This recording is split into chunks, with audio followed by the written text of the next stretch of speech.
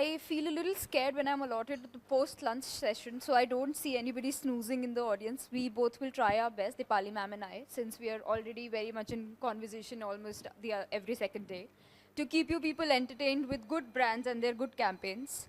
And I actually would like to give everybody 2 to 3 minutes to kind of settle down so that we can begin with the discussion with no disturbances in the background. People at the back, if you could please.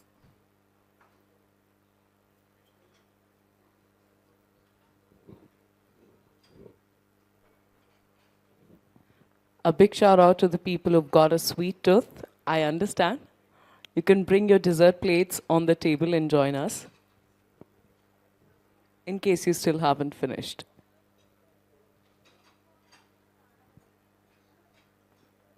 Shall we begin? Yes, please, Jenny. Thank you. So when we talk about CSR campaigns, I'm sure all the people who are of my generation here would remember on the top of their minds, they would remember PNG Shiksha. If not anything, PNG is the one word that comes to our minds a lot when we think about CSR campaign done by brands which have stick through our memory over the years. How do you think is the impact and the reach of CSR campaigns in today's times where digital-led campaigns are taking over more? You know, Jenny, it's a very large question. And over the last 3 decades that I've spent in sales and marketing, my question always is a campaign that has been done which gets associated with your brand, what is it doing and where is it working? So let me ask you a question. Have you switched to any of the PNG brands because you saw the Shiksha campaign? No. But you think very highly of the PNG brand. I mean, you mentioned that you're very impressed and you remember the campaign, but you think highly of the PNG brand, right? Yeah. I suspect that where that campaign is working is increasing the esteem of the brand PNG. So it works for investors, it works for corporate citizens, it works at an employer brand level, and somewhere creates a sheen from a consumer perspective. But may or may not work at a level where the consumer will make a switch to one of the PNG brands on account of just that campaign. I think it's this understanding which both the boards as well as the marketing teams, they need to have and they need to drive to say that when you have campaigns such as Shiksha, at what level are they working? Right. To be honest, all I remember about PNG Shiksha was after every advertisement of their Whisper sanitary pad, we heard, आप हमारा हर product लेते हैं, हम ₹1 शिक्षा की तरफ देते हैं, औरतों की शिक्षा की तरफ लगाते हैं. That is one hook line is the only reason why I remember that CSR campaign. I do not know how much actually it impacts and how actually it's working on what level. Yeah. You know, I mean, I would even go out on a limb and say that it's perhaps creating post-purchase resonance. You know, you feel good that, you know, after you've made the purchase that you've contributed in some manner. But what CEOs and marketeers need to understand is that it may not make me drive market share. Right. You know? So I think it's that nuance that I want to talk about when you talk about the Shiksha campaign. Great. Yeah? And it's not that there have been studies that are done or that I have done a research to find this out, but it is my instinct over the last 30 years when I have seen you know, consumer studies and spoken to consumers and spent time both sometimes driving market share, sometimes driving, you know, brand advocacy, that the campaigns such as Shiksha are working at the level of employer brand once again. They create a sheen overall for the brand. They may create post-purchase resonance and positivity, but they may not make you switch brands. Yeah. I have a request for the people at the console. If we can keep quiet there, please. Thank you. Wow. Okay, getting back on track. Then if you feel that it does not make a buyer change their purchase decision, how do you feel does a brand CSR campaign have social tangible benefits on its consumers specifically? Let's keep the investor and stakeholders part aside. You know, I want to give you 2 examples. and they're from a very different nature. One gets into the campaign level, the other doesn't even get into the campaign level. One of the best examples that I have personally experienced is when I have walked into an IKEA store and I have seen products that I may anyway want to purchase, and then discovered while looking at that product that it is made out of, I think, the grass material which is burnt by farmers in up north, right? And they've utilized it. There is no price premium I have to pay for that product. It is everyday use. It has a genuine functional use for me. The material has not been used in any inferior manner. As a consumer, I'm not making a compromise, you know. But I think what they did very interesting, and this is, you know, a retail brand, right? What they did very interesting is the write-up that they did, you know, which is to say that, look, that's the material we are using, so in some way we are contributing to, you know, environment or, you know, doing good for the society. You know, to me, when something fits into my daily life, you know, I think it's a great campaign. Right. Some of the older ones that I remember, which now have become relevant, although they were not done in the similar fashion, is, so MAC, the cosmetics brand, you know, for years has ran a scheme that you bring 6 products back and you can get 1 new product free, right? The whole idea was recycling. They started it many years ago. It was not just recycling, somewhere it was loyalty also. So you're driving both loyalty and recycling as a concept. By the way, they've just stopped it. I don't know why they've stopped it, but you know, on their website you still read about recycling. So I guess they're still telling you, please bring this product back, but you don't get any benefit out of it. I think to me that also, if they combine their whole loyalty and recycling issue together, I think is a great idea where you're making it work for the consumer without the consumer compromising anything. In fact, you're providing certain benefit, you know, to the consumer. So yeah, please. Yeah. Sorry. So I wanted to give you these 2 examples in the context of the Shiksha philanthropic brand. I feel that if there are brands who genuinely are recycling material, not making me compromise anything as a consumer, I think that's when they're really doing good in a societal context. Right, actually makes sense. I know that the Body Shop as well does something like that, that you bring in the empty plastic containers back, and I think they give you some reward loyalty points in return. I think they have also recently stopped giving loyalty points. It's just about you feeling good by giving the empty bottles. But I still remember, I used to live in Bombay, and there was some retailer chain which, if you brought in a cloth bag, you know, gave you a $5 off. Okay, that was interesting. I don't know whether it should have been $5 or $2 or even a $1, but I thought positively about it, you know. They're not saying anything to me. They're not saying, don't use plastic, or that we won't give you a paper bag, or we will charge you for a paper bag. I don't remember any of that. But they said, if you brought in a cloth bag, you know, you show it to us and you're taking groceries in it, you get, you know, whatever benefit. So I think campaigns, first of all, we must not look at them only as advertising campaigns. I think campaigns are all around us. But campaigns that drive good behavior on part of the consumer, you know, and or make them sensitive to what's happening in the environment are, I think, the kind of campaigns that I really admire. We must all acknowledge that all campaigns will not make you do all these campaigns may or may not make you do a brand switch. You know, that's very important to remember. right, makes it. So at the end of the day, it boils down to this, that the consumer at the end of the day cares about doing something good for the society, but at no extra cost and no extra inconvenience.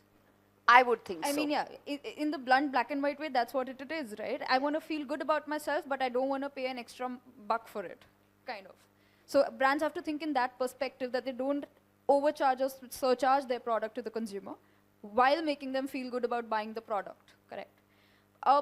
Brings me to another aspect, that there are also a lot of brands that turn to misleading claims or greenwashing their initiatives. How do you think, how deeply is this rooted right now in the problem? Second of all, how easier is this supposed to happen on digital medium? Because things are way more easier to get fake and misleading on digital medium. So both the aspects, one by one. I think if somebody wanted to do a misleading claim, it happened in the back old days of only television also. I think that's about the ethics and the moral compass that guides an organization. I don't think it is anything to do with, digital or print medium. If you want to make a false claim or you want to do an exaggeration which is, where the moral compass is moving, I don't think it's to do with digital medium. That's one, right? Having said that, you use the word greenwashing. To me, the moral responsibility is not just about greenwashing. To me, the moral responsibility in customer centricity and being an ethical organization is all about no overclaim either. I think the effort needs to be made in ensuring that you're making a consumer's life more convenient. You're making a consumer's life, Right. simpler. And I think if you drive your efforts towards that, then hopefully you will not be standing at a place where you're making false claim about your product or trying to greenwash, your product. Right. Also brings me to the aspect where CSR initiatives are very prevalent on the digital medium now, but the key to them is also the storytelling aspect. They have become more impactful because of the kind of storytelling that brands do. I would like you to go in depth about the same topic of how brands have been able to make their CSR initiatives more impactful and powerful because of storytelling. Jenny, not just about storytelling. I think, once again, I just want to say that marketing campaigns, marketing vehicles, the communication assets that you have evolved over a period of time. Not just for the story that you're doing in the CSR, but for the story that you're doing overall for the brand, Let me explain this with an example. Back when I used to work at Marico, I used to manage a brand called Medicare and a brand called Safola. And 20 years ago, I think the only thing we did was a television ad. So whatever it is that we wanted to say, we said it in that one ad. Our research would actually say there are these 5 kinds of housewife segments. But this is the common insight that is true for all the segment. So we will use that common insight and come up with one ad which has to have some big idea in terms of the way it communicated. There was still storytelling, by the way, in that ad, okay? But the vehicle available to you was just that one television ad. And every other vehicle you used was the 360-degree communication to remind you about that ad. Okay, and the messaging needed to be absolutely similar to that because that's how the consumer's exposure to communication vehicles worked. Today's world is different.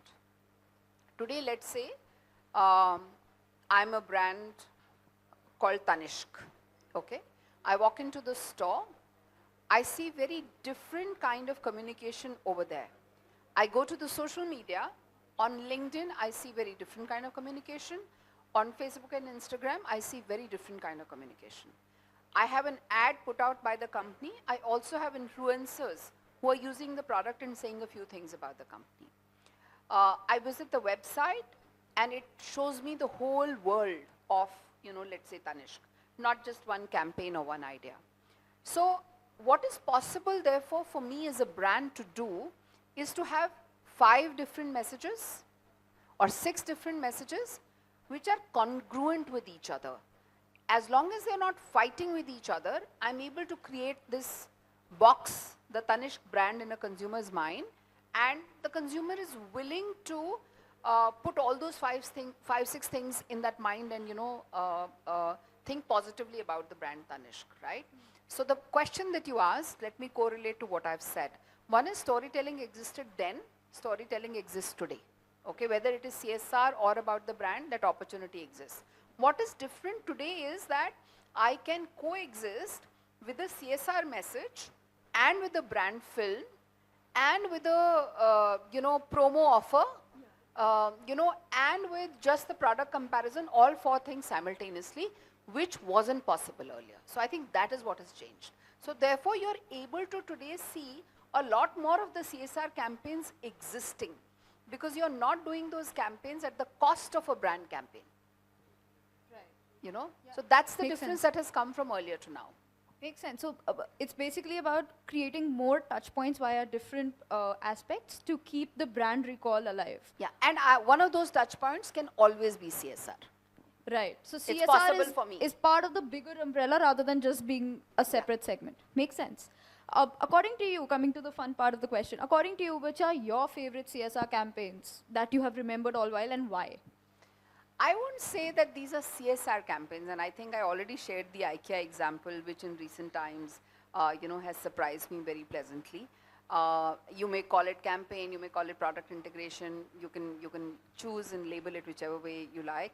But I think the one example that has stayed with me throughout the last 2-3 decades is the work which was not even labeled CSR, but I think from a marketeer's life, it's extremely important for me to say that am I moving the needle in a societal context, right? So societal context, whether it's environmental change, whether it is social change, all that matters, right?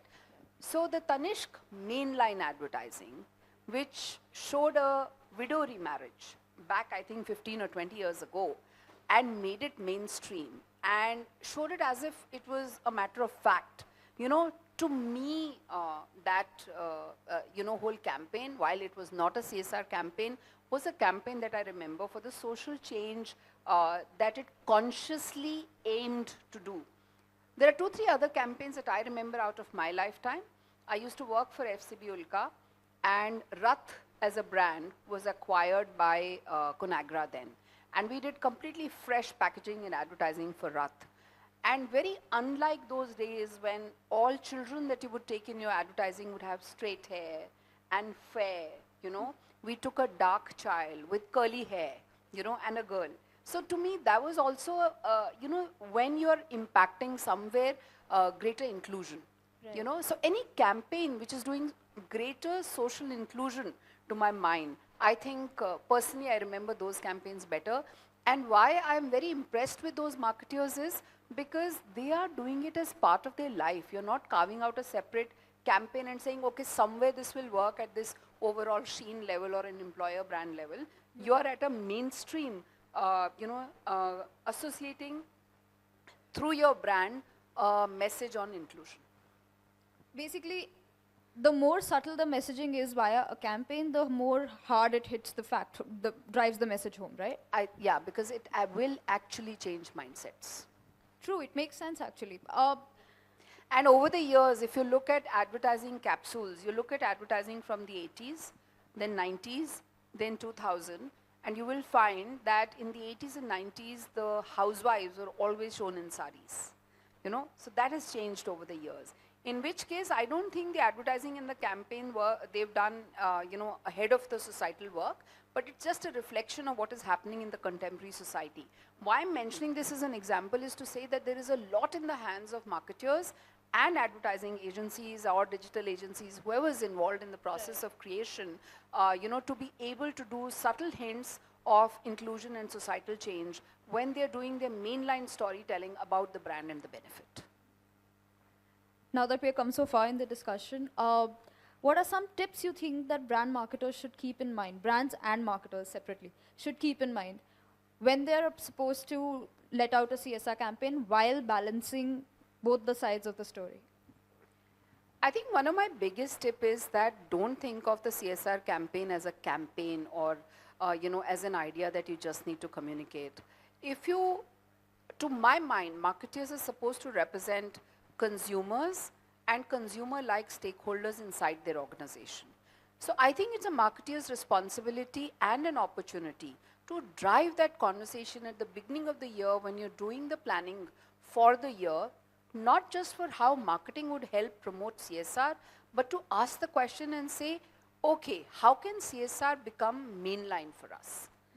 And what are some of the drivers where the CSR budget and the CSR programs are going to do, and how can there be a greater integration such that you may not even require a campaign to promote what you're doing on the CSR side. Ideally, if you're doing good in the society and you make some remarkable change, I should read about it only in the editorial. Makes pure sense. As a journalist, that makes pure sense, because we say this word out and loud every second day, that and that's a quote as well, that only the truth when told is journalism, everything else is PR. Yeah. No, there is a second corollary to this. I think in the last 10 years, marketers are very focused on ROI. I think if we put out more case studies and measure the KPIs and ROIs of all campaigns, including the CSR ones, or how the CSR work that's happening inside the company impacting purchase decisions, buyer behavior, employer brand, building those case studies will also help. I think that's the other thing that I would expect marketers to do. Anything else you'd like to add? I'm done with my questions, though. We can also open the stage for the audience interaction if we have any. Do we? I think Jahneet asked me very challenging questions. And they also told me just before this that this is being live telecast. So I said I have to be absolutely politically correct, in saying what I had to say. No, you were. You were, definitely. Okay, thank you, Jahneet, for that. For me personally, to end it on just a small anecdotal note, for me personally, I still doubt the bigger brands with bigger banners making CSR claims. I trust more of small businesses and very subtle businesses where, very subtle branding, sorry, where they have a stamp on them. So whenever I see vegan, cruelty-free, animal tested-free, all of these stamps make me feel good about buying the product, and I want to maybe pay an extra buck for it. Because I know I can't go out of my way to do something for the climate, but I can maybe just pay 70, 80, 100 rupee extra for the shampoo bottle, which is a vegan and a non-paraben free and all of the sulfate free product. So there's another brand called, I'm sure I'm not paid by them, sorry guys, but I would just like to. There's a small brand called e4m who come up with sustainable fabric pouches, pencil cases and stuff. The fabric is very sustainable, it's very soft to feel, and it's of course recyclable. So as you said, coming back to the same point, when brands do CSR initiatives without making a claim of doing something good for the society, it highlights more than the obvious campaign hashtag for doing good for the society. So yeah, that's all from my side. Thank you so much for the, if you would like to end it on a good note. Since you brought this as an example, I think technology and married with sustainability as a goal, I think there's an opportunity for very large organizations to transform themselves. I mean, I'll just give you two examples. One example is employing technology for ensuring that you have reduced inventory for fashion, okay, any of the fashion brands. That will ensure lesser landfills, lesser dumping. That would mean actually, having a more sustainable proposition for the planet. It is also a win-win for the organization because you actually save on inventory costs and warehousing costs, right? But you have to think of a 2 to 3 year timeline in ensuring that you deploy technological solutions for doing this.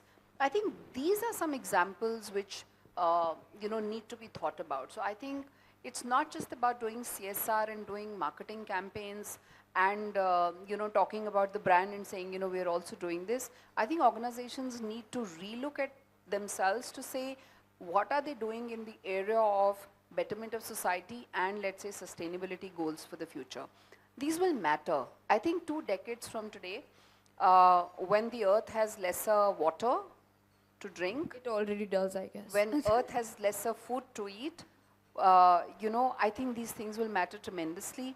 And organizations that think about this, brands, why organizations? Brands that think about this for tomorrow, for, surviving in 15 years and 2 decades time, and change the way they do business, change the way they do manufacturing, change the way they do their supply chain. I think those are genuine sustainable changes that organizations must look at, Jahneet. Perfect. I think we've used up all of our time very well and judiciously, so we shall now end the discussion on a good note. Thank you so much, everybody, for being attentive all through, and we are glad that we could take this time to send some insights towards you. Thank you.